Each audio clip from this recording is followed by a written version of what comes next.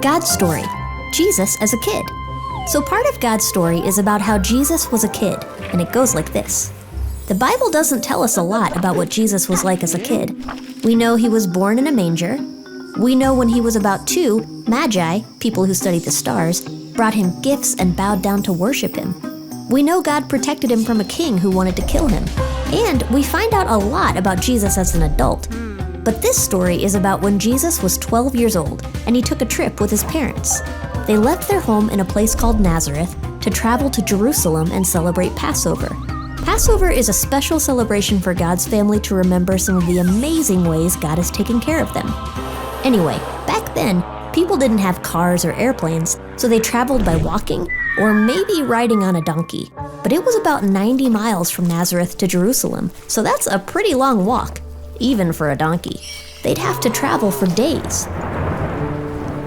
So Jesus, his parents, and the rest of their family joined with other relatives and friends from Nazareth to travel together. It was probably a huge crowd. Sometimes Jesus was playing with friends or cousins, so Mary and Joseph didn't always know where he was. That's why, after Passover, they traveled the whole day before they realized Jesus was missing.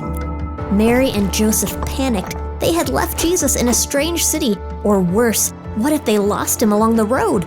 They turned around right away and went back to Jerusalem looking everywhere for him. They looked for one day, and then another day, and then a third day.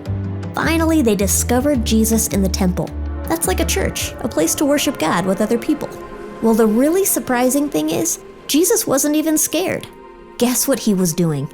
He was sitting with teachers, listening to them and asking questions. And even though all of them were grown-ups, they were amazed at how well this kid understood God's word and how well he was able to ask questions.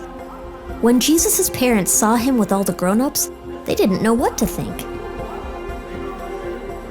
"Son," Mary said to him, "why have you done this to us? Your father and I have been looking for you everywhere." "Why did you need to look for me?" Jesus asked. "Didn't you know that I must be in my Father's house?" Remember, a temple is a place to worship God, so it's kind of like God's house. And Jesus is God's son. He loved being in a place where he could worship God and talk to others about God's story.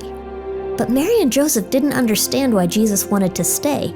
They wanted him to come home with them. After all, he was their son too.